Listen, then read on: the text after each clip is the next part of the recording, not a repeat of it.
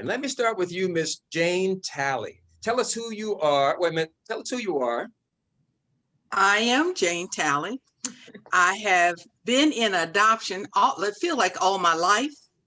I started off as an adoption worker and then adoption supervisor, then adoption administrator. So I have been, and an adoptive parent. So I have been on all sides. Are you with One Church, One Child right now? I am actually retired, but I am working still with One Church, One Child, and was a part of the organizing body to bring One Church, One Child to Virginia. Okay, so if I have you on the screen, I'm going to identify you as Jane Talley with One Church, One Child. That's fine. Gotcha. A founding member of One Church, One Child. Okay, thank you. I just need quick IDs right now before we get into the interview. So Ms. Talley, you're with One Church, One Child? Okay. I mean, that's what I'm asking. Yes. Okay, yes. thank And you. I'm the coordinator at my church with One Church, One Child. And what church is that? That is Fifth Baptist Church. And where is that? Richmond, Virginia. All righty. Okay, and let's see, Ms. Cassandra Calendar-Ray. Yes, good afternoon. Tell us quickly who you are. I am the executive director of Virginia One Church, One Child. There we go.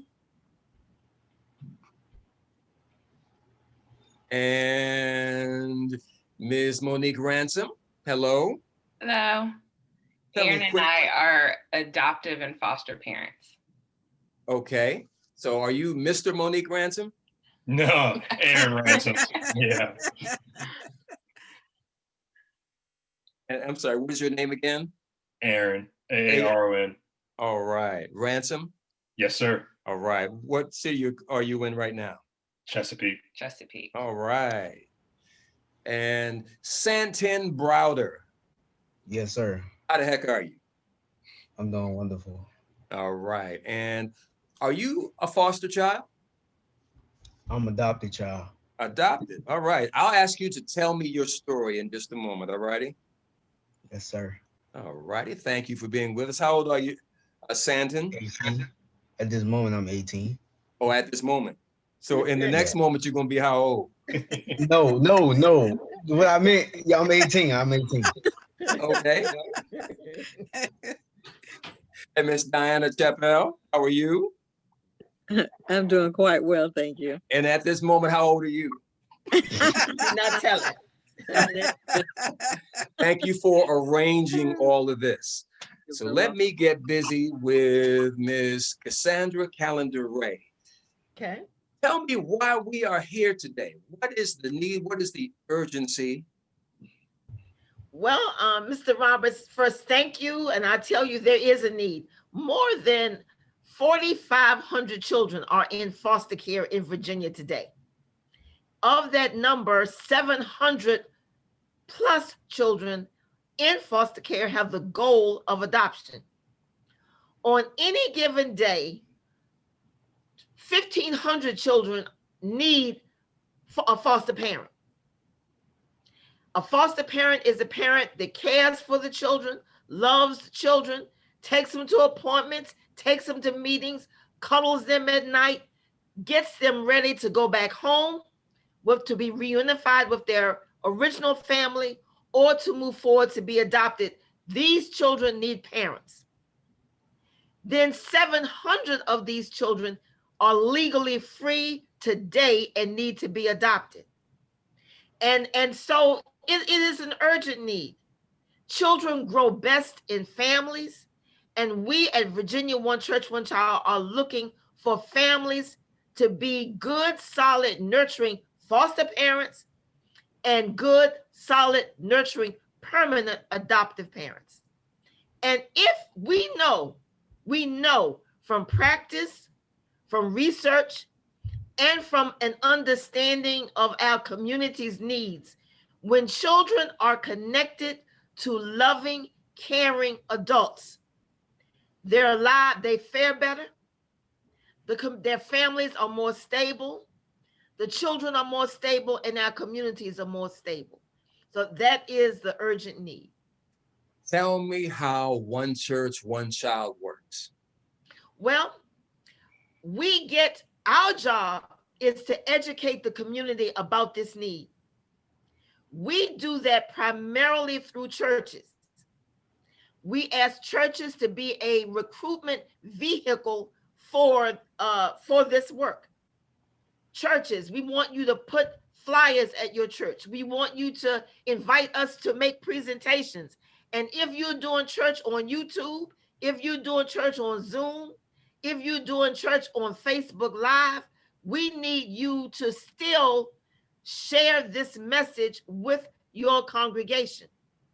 And when you do this, when your clergy person, when your pastor, when your leaders say, hey, being a foster parent is good. Adopted is a good thing. When you do this at your church, families do respond. When you say it's okay, when you say, hey, we can support this work, we can help a family, we can support a family who has adopted, we can support foster families that are members of our congregation. When churches do that, families are more apt to follow suit, are more apt to respond in the way that we need them to respond. So we send flyers to churches. Right now, we're sending electronic flyers to churches. We are asking churches to broadcast this need in the way that they do. We're asking clergy persons, we're asking pastors to lift it up from the pulpit, speak on it on Zoom. Let me jump in real quick. There would be some concern a family might have to adopt a child and then be out there when there may be some challenging moments. How can the church and the church family support a family that adopts? You know what, if you don't mind, we just had a conference and Jane Talley talked about that so well. May I defer that to her? Sure. Ms. Okay. Talley, let me ask you, how would the church and the church family support the family that adopts? Wonderful question. As you know, spiritually, we talk about practicing, not just going to church, but the application of doing the work of the church. So we talk to the church about putting themselves in the position to do something to support adoptive families. And we kind of have an acronym that we are spreading so that to give the church parishioners an idea of how to apply the word. First of all, if you have an adopted family, we're going to use the acronym LOVE. And starting with L, we want to lighten the load for the families by helping them, maybe giving them dinner when they first get the child, helping them to have a break and maybe babysit for the child. Do anything that you would do if you had a new baby coming into the family. You might have a shower, but the idea is to lighten the load. And we go on with the whole acronym to give support to those families so they don't feel that they are struggling by themselves with a new member of the family. So this is the way we employ our application for worship in the church. Fantastic. Ms. Ransom, Mr. and Mrs. Ransom, let me come to you now. Quickly, tell us your story. Go ahead. Oh, I like that. That's so cute. Well, actually, it really started when we were dating. And we met at church. We were dating, and then we were mentors through a program at our church. And so that's kind of where the pull for us started. And then we were, on our way to like a wedding. still dating. And we were like, let's foster, when we get married, after we get married, before we try to have biological kids, because we didn't want a reason, we didn't want to have an excuse not to do it. I mean, some people are able to do it after, but we just knew that we wanted to be able to open our home, and so fast forward a year after we're married, we just felt the tug again. And we actually saw a flyer at our church that said foster, and we just grabbed it and we went to the class. And I'm not gonna lie, it was scary. The first class, they let they put everything out there and it was therapeutic foster care. So there was just, the needs were great.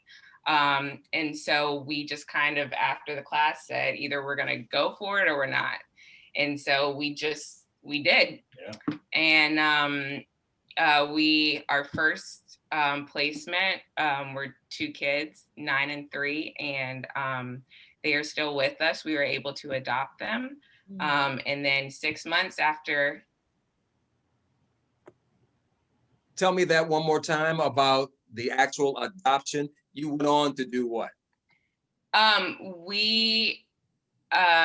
We got our first placement, and during that time, the goal had changed to adoption. TPR took place, parental rights were terminated, and then the children became available for adoption.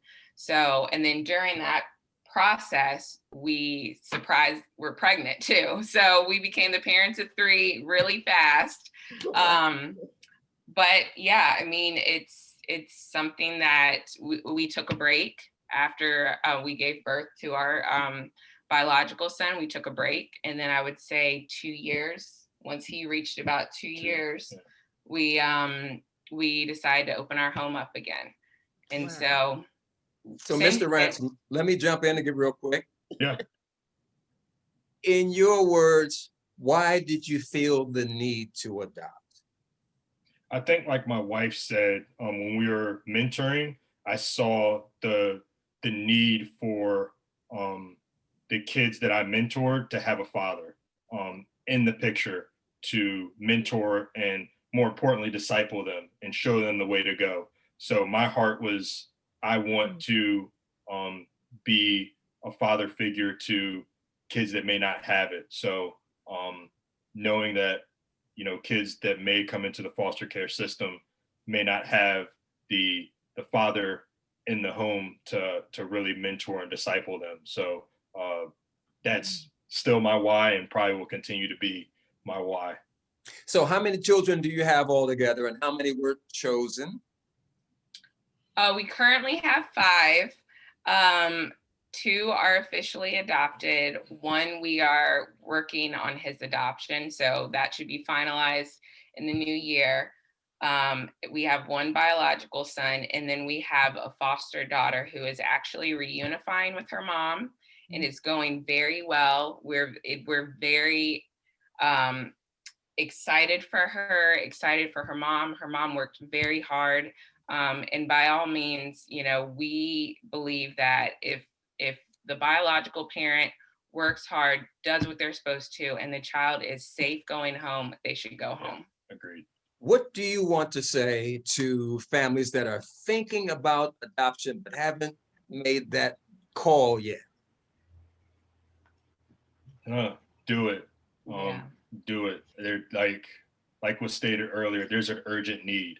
And yeah, it may be fearful, but the change and the impact that you will have, you won't regret it. Yeah, and I would say, if you are interested, surround yourself with people, or find people who are also on the journey. Yeah. It's hard. Like when we first started, we didn't know anyone. I mean, we were like mid-20s. We were like, we're just doing it. We don't know anyone. And it was hard. But since then, we've had friends. We've just met people over time, and now we have a community of people who are also doing it. And so, like, we get together, like I have my foster mom group, we get together, we talk about the hard times. I've had friends go to court with me, we pray together. I mean, it's just surround yourself with people who are doing it. Can I stop you right there? Uh-huh. You just said something that gave me a little chuckle. You said, I've had friends that went to court with me. Yeah. Okay. Those are Yeah, friends. well, you know, like if Aaron was working, and so we had a court hearing for, you know, our foster daughter, and so I had one of my really good friends go with me to court and just kind of Great. sit there and support me, and you know, and she's a foster mom too, so she gets it. Great. All righty. Thank you much. Wow. So I think John, I've talked. that going to court doesn't necessarily mean they're going to court to address a legal issue that the child did something. That's going to court is oftentimes a part of the process Yeah. of court hearings, checking Yep. on the family, checking on if the birth family is doing okay. Mhm. So going to court is not necessary, is not always an adversarial kind of thing, is what I want to say. Yeah, it's Sounds a normal good. thing in foster care. It's Okay. a normal thing. Okay. You constant court hearings and updates, and they call on you to testify, and Okay. you know. Gotcha. Mhm. All righty. Before we run out of time, let me get to you, Mr. Browder. Now, I want you to do me a favor. Is your computer movable? Yes. Can you turn your computer, the back of your computer to, let's say I got 10 minutes. Okay, anytime. Can you turn your computer so that the daylight is facing you? So you're facing the window. Nope, turn it the other way. This Yes. way? Yes, so I want you facing the window with your computer back to the window. In other words, I'm trying to get the daylight in your face. Oh, I can't. I just want you to do a 45-degree turn. Wait a minute, is that 45? Is that 90? 90. There you go. Turn to your Yep. left. I want the daylight in your face. That's better. Yes. Right there is good. Let's go with that. All How the right. heck? Don't. There you go. Step in the light. Walk. Is that how the song goes? Yeah. Okay. Yes, you got it. No, I don't. Mr. Browder, introduce yourself to the world and tell us your story. Stanton Browder, now I'm Stanton Browder. I was formerly known as Alex Valentine. A little bit about me. I spent a few, like maybe 7, 8 years in the system, and I was going through a lot. I was depressed. Went through a lot of foster homes. But the only real thing that was hard for me was wanting to be adopted, because I was listening to what the media was telling me about, like how older kids don't get adopted at a certain age because this and maybe that. So for a long time, I just wanted to stay in the system, and for I believe 2 years, the goal was to go back home with my parents, but things wasn't regulating it like it was supposed to. So 1 year I was supposed to be adopted. I was going through the whole thing, and everything got cut off because my biological father came into the picture. And that only lasted, I'd say, for about maybe 3-4 months. And then after that, I just took a break from everything. I was still going through more depression, more depression, and wanted to do things to myself and harm myself. So fast forward a few years later, I wanted to be adopted, and it was it was kind of hard because when people listen to the media about kids at the age of 16, 17 not be able to get adopted is kind of hard. So I guess like 2-3 months later, my social worker, Ms. Monica, she came back and she talked to me about everything, and it was 2 families, and luckily the family that I'm with now went through with it and adopted me at the age of 17. Wow. Tell me how that felt. Most people think it's scary, but for me it was just more so of me just doing it. Cause when I put my mind to something, I don't back down. I do it. Yeah. But tell me how it felt. You had a family choose you and welcome you into their family. You were chosen. How does that feel? Well, I wouldn't say chosen. Nobody chose nobody. It just a thing that happened. So when it come to choosing, I wouldn't put it at that chosen piece. It was something my parents wasn't at work. They can explain it a little better than I can. But um the way it happened was my social worker got in contact with another social worker who knew my parents and knew they was back in the system and wanted to adopt a kid. And they didn't want to at first. They did not want to adopt a older kid that was 16, 17 years old. They didn't. They wanted somebody younger because of my youngest sister. And it just wasn't the way that it went. So they picked me to be with this family. So we didn't really pick each other. It was just something that was, I guess you could say, that was just meant to be. Mm. Interesting. Interesting. So they picked you, but they didn't choose you. Okay. It's your story, and what a unique and fascinating story it is. So how does all of that feel? You're a part of a family that wants you. You know, me being who I am and what I went through, it feels weird because I've been on my own I took care of myself since I was like, I'd say 6 years old. In foster care, how many different homes since 6 years old? No, I entered foster care, I believe, when I was 9 or 10. But I was taking my grandmother before foster care. My grandmother was sick, so I took care of her. I skipped school, Okay. and all that just to be my grandmother because there was no telling how long she would live. So I skipped school just to be my grandmother. And I'll cook for her, I clean, I do everything that a parent should do. But my grandma was sick, and I was living with my grandma pretty much my whole life. Mm-hmm. So when I got into foster care, I still took care of myself because certain foster homes just wasn't flowing. Mm-hmm. I wouldn't allow people to take responsibilities that I took upon myself to do at a young age. I wouldn't allow that. I wouldn't allow people to make appointments for me or do this for me. I do it myself.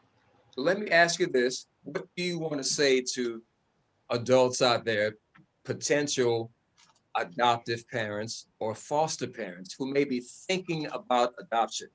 The view from a child yourself who was adopted, what do you want to say to them if they're thinking about reaching out and adopting a child? I wouldn't say focus on the little kids because I'm not trying to take the light from them, but Don't tell me what you're not trying to do or what you don't want to say. What do you want to say to them? but older kids also want families forever. We tend to act like we don't, but deep down inside we do because it's not it's something you want. I wouldn't necessarily say you need, but you want to have in your life. Everybody wants to have love. Everybody wants to get married. It's not a need, it's a want. So when it comes to wanting a family, we also want the things that little kids want. We want to come home to Thanksgiving dinner when we 25 years old and taste our mama's mac and cheese. That's just something we want to happen. Yeah. We want to come home and barely call out mom and say, Mom, your grandson acting up. What do I do? We want those things in life. So I don't want any foster parent to think just because a kid's 13, 14, 15 that they don't want to be adopted or they're not eligible to be adopted because everybody is eligible to get adopted. So I just say, just go for it. Don't go into the system thinking that, hey, I want this kid. I want I want an 8-year-old kid over a 13-year-old kid because it's to me is wrong and stereotypical, if you ask me. So me personally, I just say go out, think outside the box, think beyond what the media tells you. All right. Well said. Yeah. Well Thank said. Okay, I got about a minute left. Ms. Ray, anything else we need to say real quick? Well, yeah, I'd like to say, please contact Virginia One Church, One Child. If you are a church and you would like to be involved in this work as ministry, please look us up at va1churchonechild.org, va1churchonechild.org spelled out, or call us at 804-329-3420, or email us at ONE-child, all spelled out, at AOL.com to get involved either as a minister in your church or as a person interested in fostering or adopting. We are an organization that educates Virginians about this need, and we will connect you with a placing agency, either public or private. I'm almost out of time. I want to take this all right. moment to say thank you very much, Mr. and Mrs. Ransom, Mr. Yeah. Browder, Ms. Talley, Diana Chappelle. Thank you, thank you, thank you. Ms. Cassandra Callender Ray, quick, what's your number real quick? 804-329-3420. All righty, thank you. I'll be in touch. This is going to air in January, and I'll be in touch with Diana, let her know exactly when it's going to be. All right. Sounds good. Thank, All right. you. Thank you. Nice meeting you Thank guys. Thank you very you. much. Yeah, God very bless you. Thank you. Thank you. All right, and God has blessed my computer. Thank you. Have a blessed day. You All too. right. Take All care. right. Right.